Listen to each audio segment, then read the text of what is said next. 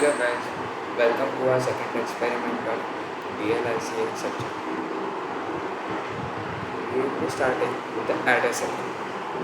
So now, what we can see over here is at the inverter terminal there are two resistors connected and grounded, and at the non-inverting terminal we have three resistors and three voltage terminals grounded respectively. Okay, we have a feedback part and a resistor connected. We have this voltage sources and ground current.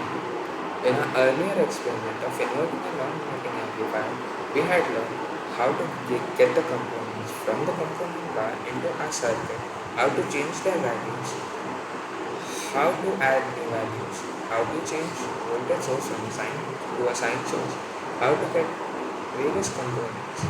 Now here, in this adder circuit, I will be explaining you how it works.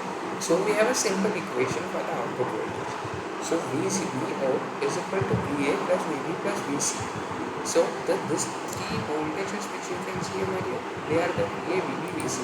I will be naming them for our convenience. So this is VA, this is VB, and here is a VC. Okay. So just a second, I will remove something. We will be seeing shortly what this dot OD is. So we have put this values of 4.7K, 330 ohms, 10K. Overall for the resistors are 10K, 10K, 10K over these three resistors. So now here, according to this equation, we will be finding out VA.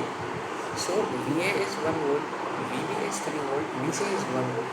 So isn't it obvious our VO will be 1 plus 3 plus 1, 5 volt.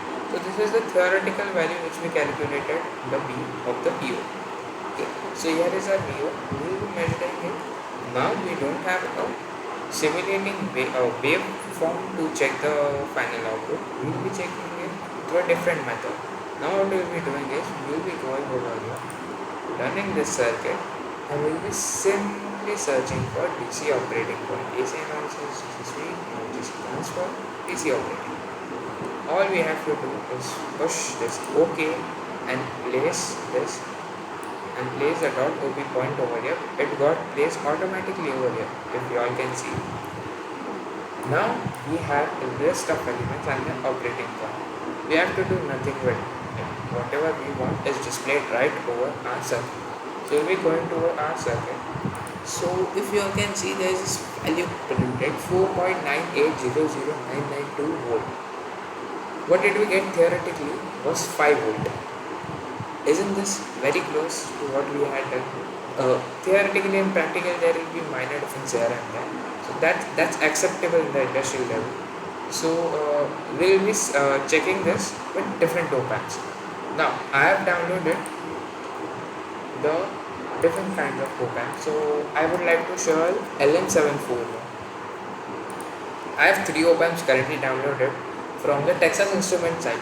So for getting those, we simply have to search the PSpice model of whatever component we want.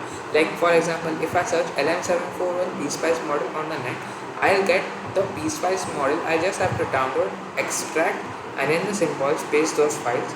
It's as simple as that. The model will be downloaded. There are several YouTube videos you will find for doing so.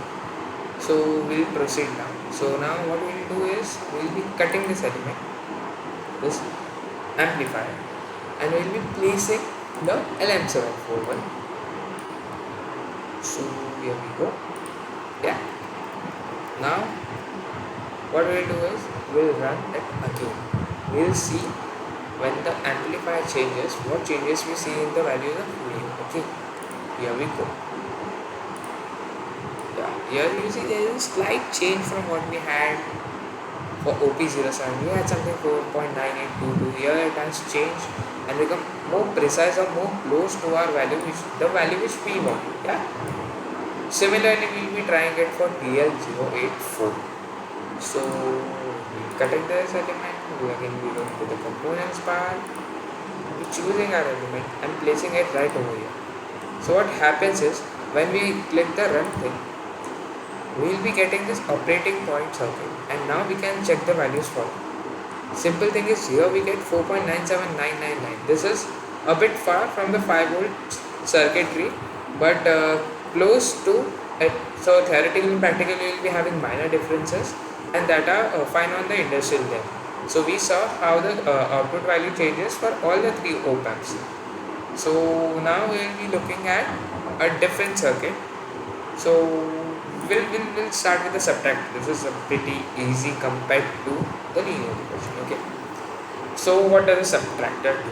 Basically there are these two voltage sources, VA and VB.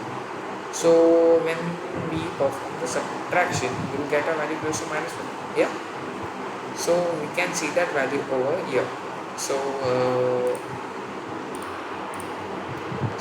in the subtractor circuit, now we'll be looking at the Vout voltage over there. So what we calculated was something from near to 1 minus 1. Yeah. Now I'll be running it. Again, we'll be selecting DC operating point, placing it over here, and here we go. We can see a value minus 0.99997, very close to 1 inch. Okay, if you'll say why is it not coming over here, we'll have to place the probe over here and change it. Now there's a slight overlap of the value and the label. What we can do is over here, there's this dollar symbol. This is the value of V out, so we'll select it and we'll simply remove this dollar symbol. Now we could, through our move option, move this value somewhere else where it is very convenient to see. Yeah, now you can see the value. Similarly, we can change it for all the three op amps, TL084 and LM741. We'll be definitely doing it. So let's start with LM741 again. So we place escape.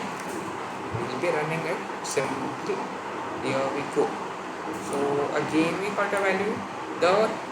We can say the OP07 was much better performing than LM741 because the value was closest to 1. But yet, as I say, on the industrial level, it is fine to get such near approximations. Okay. So now we saw for the LM741, we will be going for TL084 too. So here we go for TL084. We do is just again run the circuit and try to find the value. Here we go. This is the best value we have ever got. So for OP it was close to minus 9.999 something, but this is exactly minus 1 and plus minus something 1191 the value is. So this is the best performing in the case of subtractor. So we can say TL084 has much better performance than LM741 OP07. Similarly, now I'll be showing you one more circuit. This circuit is the circuit for linear equations. Okay, what do I mean by linear equations? So this is the equation which we have. Okay, so this is our VA, VB and VC. We have put in the value as 2, 1 and 2. When we put these values in the VA, VB and VC particularly, okay, I'll just make a small change. I forgot to put a new. Sorry guys. So this is the equation which we have.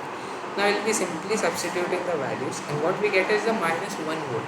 So this linear equation circuit should also give us this value of minus 1 volt, right? So now we'll be experimenting. Okay, so we'll be running to check what values do we get.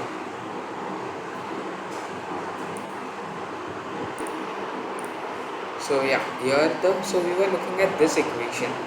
So this is the 4 variable equation. So I'll be pointing out the values. Here we have the VA, VB, VC and VD. When we substitute these values over here, what we get is something close to 2 volts at the Vout. Right? So we'll be looking at these values. I'll be again simulating this to show you all the value. Okay.